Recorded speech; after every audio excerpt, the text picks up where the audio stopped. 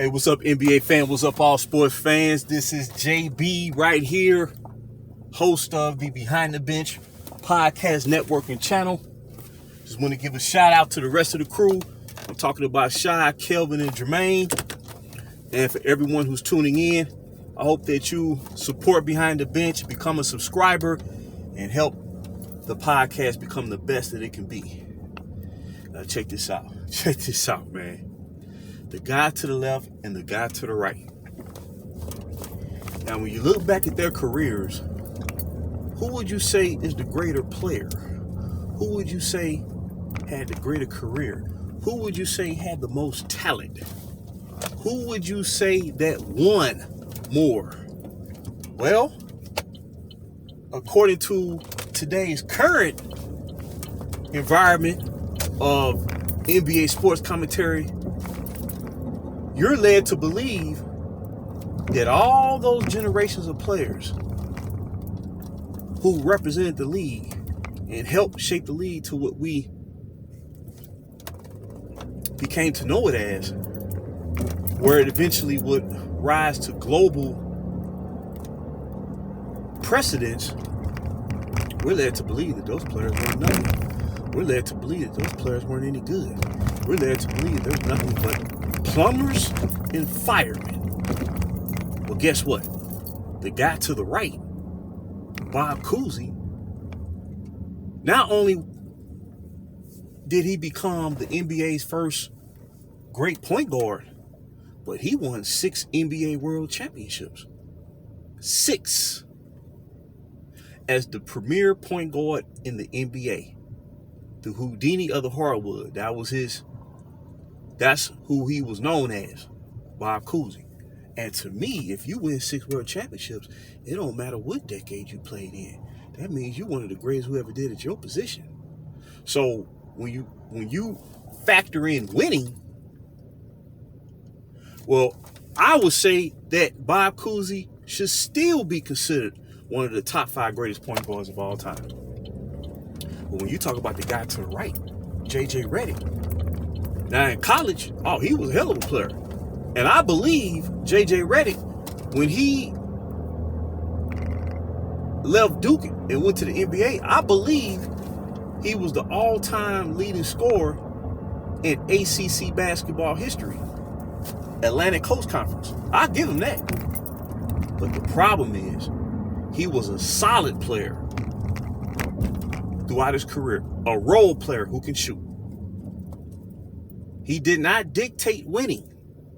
He was not your primary or superstar player of the team. He was a role player. Bob Cousy was the point guard for the Boston Celtics, who won 6 championships during his tenure, and then won an additional 5 championships afterwards, where his play at point guard set the tone on how to play that position. So he was the standard for all future point guards to aspire to be and to hope to surpass. But today's commentary, and it has really exacerbated over the past 5 years, to where every time you turn on a telecast, even Summer League, you watch a Summer League game, you got cats on Summer League talking about, today's athlete is so much bigger, stronger, and faster. When the reality is, the average height of today's NBA player is actually decreased compared to what we experienced in the 80s and 90s. Now, when you start talking about big and faster, it's not really the generation, it's the player. It's the player. Like, people still tell you Will Chamberlain remains the strongest player to ever play basketball in the NBA. Will Chamberlain, to this day, he's still renowned as the strongest player to compete in this league. And he played in the 60s, and if I'm not mistaken, he retired in 1974. So we're talking about coming up on 50 years next year. He's still considered the strongest player ever played in this league. So it ain't about the generation. It's about the player. And that's why I do not like to compare eras.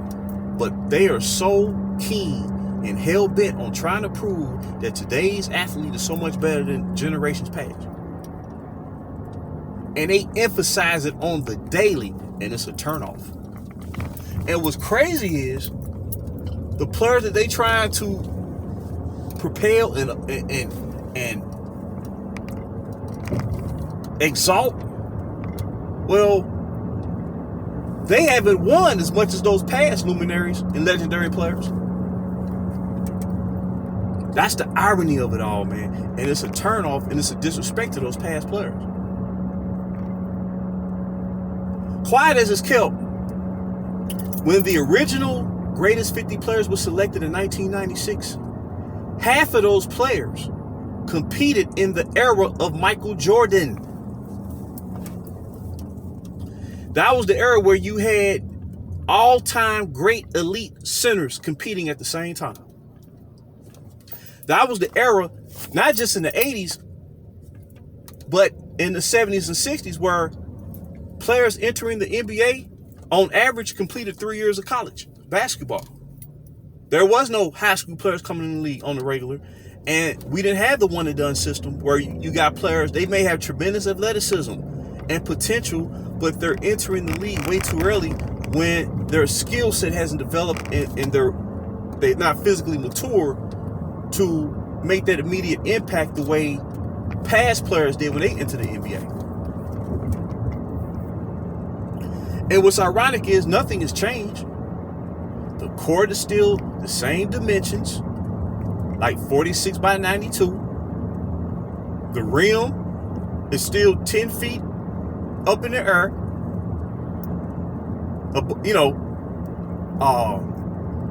You've had the 24-second shot clock practically since the 50s.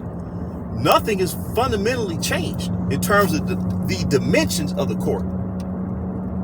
The basketball, I still believe, is the same size as decades past. It's how the game is played. And I think what's happening is, and I do understand their resentment of past players being so critical of today's players. I get that, but I don't believe the criticism is centered on whether they are more athletic or not. I believe the criticism is in how the game is played, where a lot of times we see teams resort to shooting way too many three-point shots. And if you miss them three-point shots, because there will come a time where the shooting percentage is going to be low, especially in a long playoff series that's being prolonged to like 6 or 7 games. Well, those three-point shooters, those legs start to get heavy, and them shots not gonna fall.